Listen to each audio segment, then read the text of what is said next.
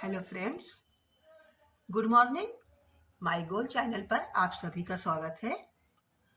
आज का जो हमारा अध्ययन शीर्षक है वो है कुतुबुद्दीन ऐबक। आज हम कुतुबुद्दीन ऐबक के बारे में अध्ययन करेंगे। तो कुतुबुद्दीन ऐबक के अध्ययन करने के पहले हमने इससे पहले एक वीडियो डाउनलोड किया था जिसमें हमने सल्तनत कालीन स्थापत्य कला के बारे में बताया था। तो उसमें हमने वो सल्तनत कालीन इतिहास के बारे में हमने प्रकाश डाला था। तो देखिए, जो मध्यकालीन इतिहास है वो हमारा दो खंडों में बटा हुआ है, हमारा सल्तनत कालीन इतिहास और मुगल कालीन इतिहास। जो हमारा सल्तनत कालीन इतिहास है वो 1206 से लेकर 1526 तक है, और मुगल कालीन इतिहास जो है 1526 से लेकर 1857 बहादुर शाह जफर के रंगून जाने तक, बंदी बनाए जाने तक का जो इतिहास है वो मुगल कालीन इतिहास है। तो हम यहाँ पे ये बताना चाह रहे हैं कि जो सल्तनत कालीन है उसका फिर से बता रहे हैं कि 1206 से लेकर 1526 तक।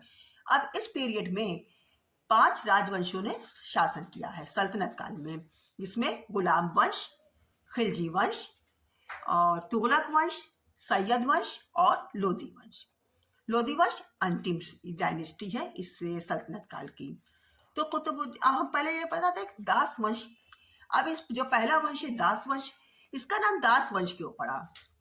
क्योंकि इसमें जितने भी सुल्तान हुए हैं सब दास थे, गुलाम थे। तो इसको गुलाम वंश भी कहते हैं और दास वंश भी कहते हैं। तो मोहम्मद गौरी ने भारत में, जो कि इससे पहले महमूद गजनवी ने भारत पर आक्रमण 17 बार किया था, लेकिन उसका सिर्फ उद्देश्य इस्लाम धर्म का प्रचार करना था और धन की प्राप्ति थी। लेकिन उसके बाद जब मोहम्मद गौरी भारत पर आक्रमण किया तो उसने भारत में मुस्लिम साम्राज्य की स्थापना करने के उद्देश्य से उसने भारत में आक्रमण किया, और तराइन के युद्ध के पश्चात उसने भारत में मुस्लिम सत्ता की स्थापना की। तो जब उसने अपने जीवन काल में ही कुतुबुद्दीन ऐबक को अपना प्रतिनिधि नियुक्त कर दिया था। कुतुबुद्दीन उसका गुलाम था, दास था। क्योंकि मिनहाजुस सिराज ने अपनी पुस्तक तबकात नासरी, अक्सर प्रश्न आता है कि तबकात नासरी के लेखक कौन है या मिनहाजुस सिराज की पुस्तक का क्या नाम है, ये प्रश्न बहुत आते हैं। इसलिए हम बताते चल रहे हैं कि जो कुतुबुद्दीन ऐबक का जो इतिहास है, मिनहाजुस सिराज अपनी पुस्तक तबकात नासरी में लिखता है कि मोहम्मद गौरी जो उसका कोई पुत्र नहीं था, और उसने कुतुबुद्दीन ऐबक को ही भारत में न प्रतिनिधि नियुक्त किया था। क्यों? क्योंकि उसका कोई पुत्र नहीं था। अक्सर उसके दरबारी कहते थे कि मोहम्मद गौरी से कि उसके पुत्र कोई नहीं है, वो संतानहीन है। तो सुल्तान यही कहता था कि किसी भी सुल्तान का एक पुत्र होता है, 2 पुत्र होते हैं, 3 पुत्र होते हैं, मेरे तो 1000 गुलाम पुत्र हैं जो मेरे साम्राज्य को आगे बढ़ाएंगे। इस प्रकार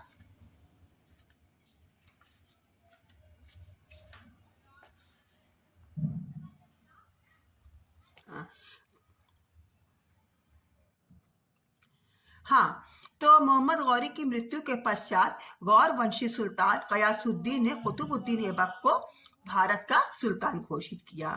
तो मोहम्मद गौरी की मृत्यु 1206 में हो गई थी। मोहम्मद गौरी की मृत्यु के 3 महीने के पश्चात 24 जून 1206 को लाहौर में कुतुबुद्दीन ऐबक का राज्याभिषेक हुआ।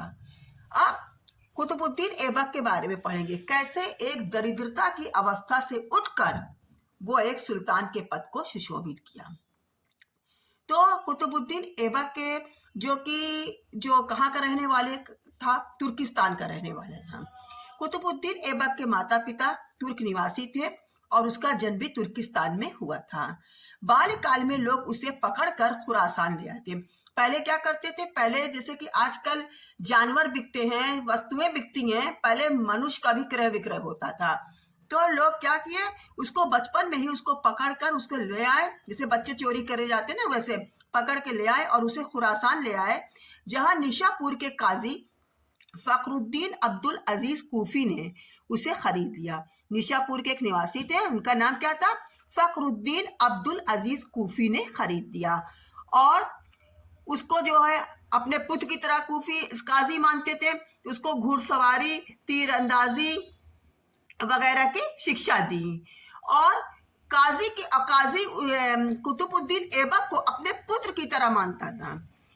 लेकिन जब काजी की मृत्यु हो गई तो उसके पुत्रों ने उसको एक सौदागर के हाथ बेच दिया, और फिर उसे गजनी लाया गया जहां मोहम्मद गौरी ने उसको खरीद लिया। मोहम्मद गौरी उसके विभिन्न गुणों से प्रभावित होकर उसे अमीर आखुर यानी घुड़सवार का रक्षक नियुक्त किया, क्योंकि काजी ने उसको घुड़सवारी की, तीरंदाजी की, सबकी शिक्षा दी थी, तो वो बहुत गुणवान था। तो मोहम्मद गौरी उसके गुण से इतना प्रभावित हुआ, अमीर आखुर अपना जो घुड़सवार सेना को उसको क्या बना दिया, रक्षक बना दिया। और तराइन का जो द्वितीय युद्ध था 1192 में मोहम्मद गौरी ने उसको भारत में अपना प्रतिनिधि नियुक्त किया। यानी कि जो मोहम्मद गौरी ने दो युद्ध किया था 1191 में और 1192 में। ये युद्ध तराइन के युद्ध के नाम से जाने जाते हैं। 1191 में तराइन का प्रथम युद्ध हुआ था। किसके बीच हुआ था? दिल्ली और अजमेर का शासक पृथ्वीराज चौहान के बीच हुआ था। और पृथ्वीराज चौहान तराइन के प्रथम युद्ध 1191 में विजित हुआ और मोहम्मद गौरी पराजित हुआ।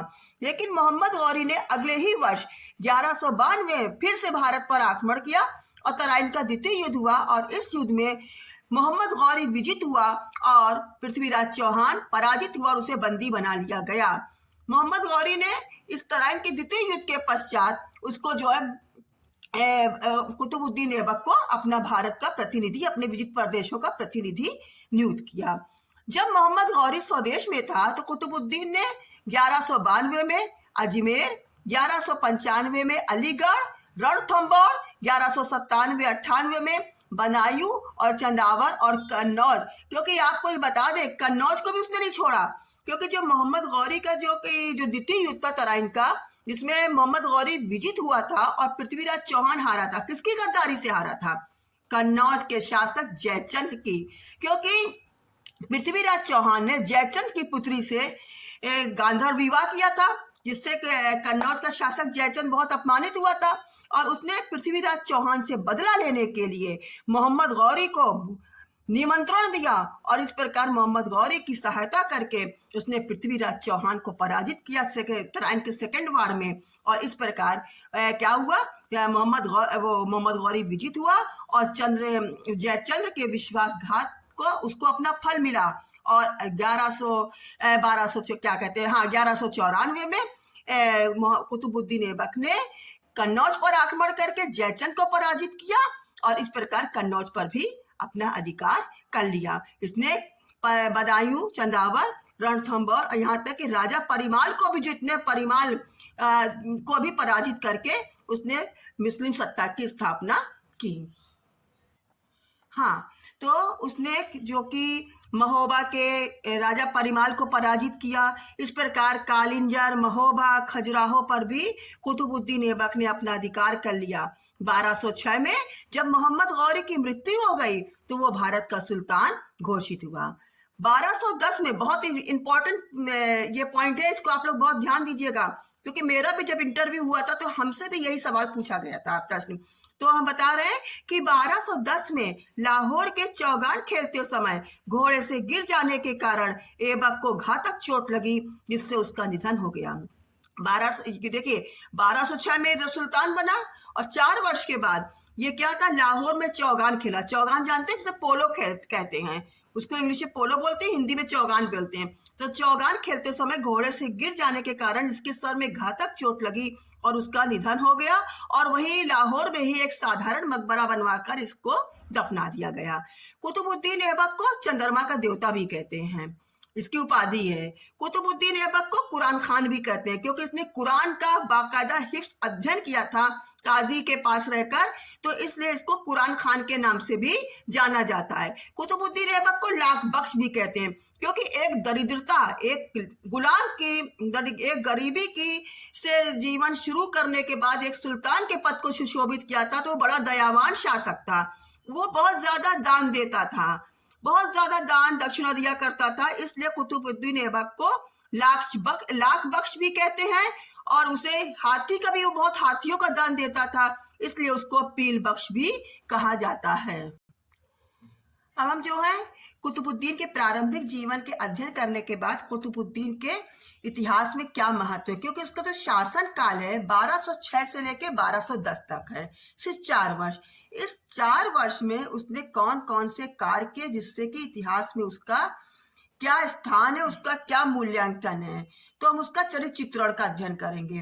कुतुबुद्दीन ऐबक में वो समस्त गुण मौजूद थे जो एक प्रतिभाशाली शासक में होने चाहिए। मिनहाजुस सिराज, ये याद रखिएगा, कुतुबुद्दीन ऐबक और मोहम्मद गौरी का जो इतिहास की हमको जानकारी मिलती है वो मिनहाजुस सिराज की पुस्तक तबकात नासरी और हसन निजामी की पुस्तक ताजुल मासिर से ही हमको इसकी जानकारी प्राप्त होती है। तो हसन, ये तो हमें बता रहे हैं कि मिनहाजुस सिराज अपनी पुस्तक तबकात नासरी में उसकी बहुत प्रशंसा की है और उसकी विशेषताओं के बारे में निम्नलिखित बातें बताई हैं। नंबर 1 क्या, सुयोग शासक। कुतुबुद्दीन ऐबक एक सुयोग सेनापति था और मोहम्मद गौरी की जितनी भी अधिकांश विजय है वो कुतुबुद्दीन ऐबक के द्वारा ही प्राप्त की थी। उसने दिल्ली, अजमेर, कालिंजर, अलीगढ़, ग्वालियर, महोबा, यानी महोबा के राजा परिमाल रासों के बारे में आपने पढ़ा होगा, महोबा आदि की विजय उसी ने प्राप्त की थी और उसके इसी गुणों से प्रभावित होकर मोहम्मद गौरी ने अपने विजित प्रदेशों का प्रतिनिधि भी नियुक्त किया था। इसके बाद जो है हाँ, अगला जो पॉइंट है हमारा, न्याय प्रिय शासक, इंसाफ पसंद शासक। ऐबक एक कुशल न्यायप्रिय शासक था, यानी एक कुशल सेनापति तो था ही, साथ में एक न्यायप्रिय शासक था। हसन निजामी ने अपनी पुस्तक ताजुल मासिर, ये याद रखिएगा, अक्सर प्रश्न आता है ताजुल मासिर का लेखक कौन था या हसन निजामी के ग्रंथ का क्या नाम था। तो हसन निजामी की ग्रंथ का नाम क्या था पुस्तक का, ताजुल मासिर। उसमें लिखता है कि वो न्याय के साथ न्याय करता था, यानी कह रहे वो बहुत न्याय के साथ राज्य करता था और उसकी प्रजा जो है बहुत सुखी थी। उसके बारे में कहा जाता है कि उसके शासन काल में जो प्रजा क्या थी, सुखी थी और उसके शासन काल में मेमना व भेड़िया एक ही तालाब में पानी पीते थे। अब मेमना भेड़िया से क्या तात्पर्य है, ये कहावत है कि मेमना क्या है, मेमना का जो संकेत दे रहे कमजोर लोग, और भेड़िया मक्कार चालाक शक्तिशाली। तो उसका कहने का तात्पर्य यह था कि उसके शासन काल में गरीबों के साथ भी और धनी लोगों के साथ वो सबके साथ एक समान निर्णय ये करता था, यानी कि न्याय करता था। और उसके शासन काल में राहगीरों को लूटने वाले जो डाकू थे उनको क्या कर दिया था, समाप्त कर दिया गया था।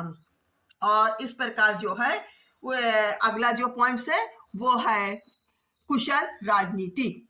ऐबक एक कुशल राजनीतिक भी था। सिंहासन के पहले ही उसने वैवाहिक नीति अपनाकर अपनी स्थिति मजबूत कर ली थी, क्योंकि ऐबक मोहम्मद गौरी के 3 शक्तिशाली गुलाम थे। एक तो कुबाचा, नासिरुद्दीन कुबाचा, ताजुद्दीन एल्दौज और कुतुबुद्दीन ऐबक, जो कि मोहम्मद गौरी के जो विजित प्रदेशों पर अपना उत्तराधिकारी अपने को वो स्वयं को समझते थे। तो कुतुबुद्दीन ऐबक ने क्या किया, शुरू से ही उसने क्या क्या सिंहासन पर बैठने से पहले ही अपनी स्थिति मजबूत कर ली थी। कैसे कर ली थी कि आने वाले वक्त में ताजुद्दीन यल्दौज और नासिरुद्दीन कुबाचा उसके विरुद्ध में खड़े ना हो पाए। तो उसने वैवाहिक नीति अपनाई और वैवाहिक नीति अपनाकर अपनी स्थिति को क्या कर ली, मजबूत कर ली। उसने अपनी पुत्री का विवाह इल्तुमिश से किया, जो इसके बाद का सुल्तान है, रजिया सुल्ताना का पिता, यानी अपनी पुत्री का विवाह किससे किया, इल्तुमिश से किया। और बहन का विवाह नासिरुद्दीन कुबाचा से किया और अपना स्वयं का विवाह ताजुद्दीन एल्दौज की पुत्री के साथ कर लिया, जिससे उसे भारत में नौ मुस्लिम राज्य स्थापित करने में कोई भी कठिनाई का सामना नहीं कर। हाँ, जो हमारा अगला पॉइंट है उदार तथा दानी। क्योंकि कुतुबुद्दीन ऐबक एक दरिद्रता की अवस्था से उठकर एक सुल्तान के पद को सुशोभित किया था, उसने गरीबी को बहुत करीब से देखा था। तो ऐबक गरीबों के प्रति बहुत दयावान था। ऐबक बहुत दयावान, परोपकारी, दानी था, इसलिए और वो इतना ज्यादा दान दिया करता था कि लोगों ने उसकी उपाधि क्या दिया था, उसको लाख बख्श की उपाधि दिया था। प्रश्न बहुत आता है कि इनमें से कौन सा सुल्तान लाख बख्श के नाम से जाना जाता है, इसीलिए हम आज प्रश्न को भी थोड़ा जो कि जिस टॉपिक पे प्रश्न उठते हैं वो बताते चल रहे हैं। जैसे कि किताब का नाम अभी हमने बताया मिनहाजुस सिराज की पुस्तक, हसन निजामी की पुस्तक, पील बख्श किसे कहते हैं, लाख बख्श किसे कहते हैं, कुतुबुद्दीन ऐबक का पालन पोषण किसने किया, किसने खरीदा था, कहाँ का रहने वाला था, तो ये सब और किस तरह और क्या कहते हैं उसकी मृत्यु किस तरह हुई, ये सब महत्वपूर्ण पॉइंट्स पर हमने प्रकाश डाला है। फिर है साहित्य तथा कला प्रेमी। ऐबक एक कुशल सेना नायक के साथ, यानी एक न्यायप्रिय शासक था, एक कुशल सेनापति था, एक दयावान शासक था, के साथ साथ वो एक क्या था, साहित्य और कला प्रेमी भी था। उसके दरबार में फक्र मुदव्विर, फखरुद्दीन जैसे विद्वानों को आश्रय प्राप्त था। उसने स्थापत्य कला की ओर भी विशेष ध्यान दिया। उसने दिल्ली में कुतुब मीनार, सब जानते हो विश्वविख्यात है, कुतुब मीनार और क्या कर का निर्माण कराया, और इसके अलावा कुव्वतुल उल मस्जिद का भी निर्माण करवाया। और ये कुव्वतुल अल इस्लाम जो मस्जिद है भारत की पहली मस्जिद है। इसके अतिरिक्त उसने अजमेर में जामा मस्जिद और 2.5 दिन के झोपड़े का भी निर्माण करवाया। इतिहास में ऐबक का क्या महत्व है? ऐबक का भारतीय मध्यकालीन इतिहास में महत्वपूर्ण स्थान है। उसने अपने विशिष्ट गुणों के कारण एक दास के पद से सुल्तान के पद को सुशोभित किया था, है ना, कि उसके पास इतने विशिष्ट स्पेशली गुण थे कि एक दास से उठकर उसने एक सुल्तान के पद को सुशोभित किया था, और उसका संपूर्ण राज्य जो कि हाँ, तो उसने सुल्तान के पद को सुशोभित किया और उसका संपूर्ण राज्यकाल वैदेशिक झगड़ों में ही व्यतीत हुआ, क्योंकि उसका शासनकाल कितना है, 1206 से लेकर 1210, 4 वर्ष का है। तो इन 4 वर्षों में उसका ज्यादातर जिस समय किसमें व्यतीत हुआ, वैदेशिक झगड़े, जैसे कि अब जहां पर विजित प्रदेश है वो विद्रोह कर रहे थे वहां के शासक, तो ज्यादातर उसका जो समय है वो वैदेशिक झगड़ों में व्यतीत हुआ। इस कारण उसने 4 वर्ष की इस छोटी सी अवधि में कोई रचनात्मक कार्यों में भाग नहीं ले सका। फिर भी उसको हम मुस्लिम साम्राज्य का या मुस्लिम राज्य का संस्थापक कहते हैं, कि उसने भारत में जो 4 वर्ष में उसने मुस्लिम साम्राज्य की तो स्थापना की, जिसे बाबर की तरह या बाबर की भांति भारत में, जैसे बाबर ने क्या किया था, मुगल काल की स्थापना की थी, बाद में उसके उत्तराधिकारियों ने आगे बढ़ाया था। इसी प्रकार कुतुबुद्दीन ऐबक ने मुस्लिम राज्य की संस्थापक कहते हैं, उसने भारत में मुस्लिम साम्राज्य की स्थापना की, जिसको आगे चल के इल्तुतमिश ने संगठित किया। तो आज का ये जो कुतुबुद्दीन ऐबक का चैप्टर है यहाँ पे समाप्त होता है। अगर आप लोगों को मेरी वीडियो पसंद आई हो तो आप इसको सब्सक्राइब करें, शेयर करें, कमेंट्स करें। Thank you so much.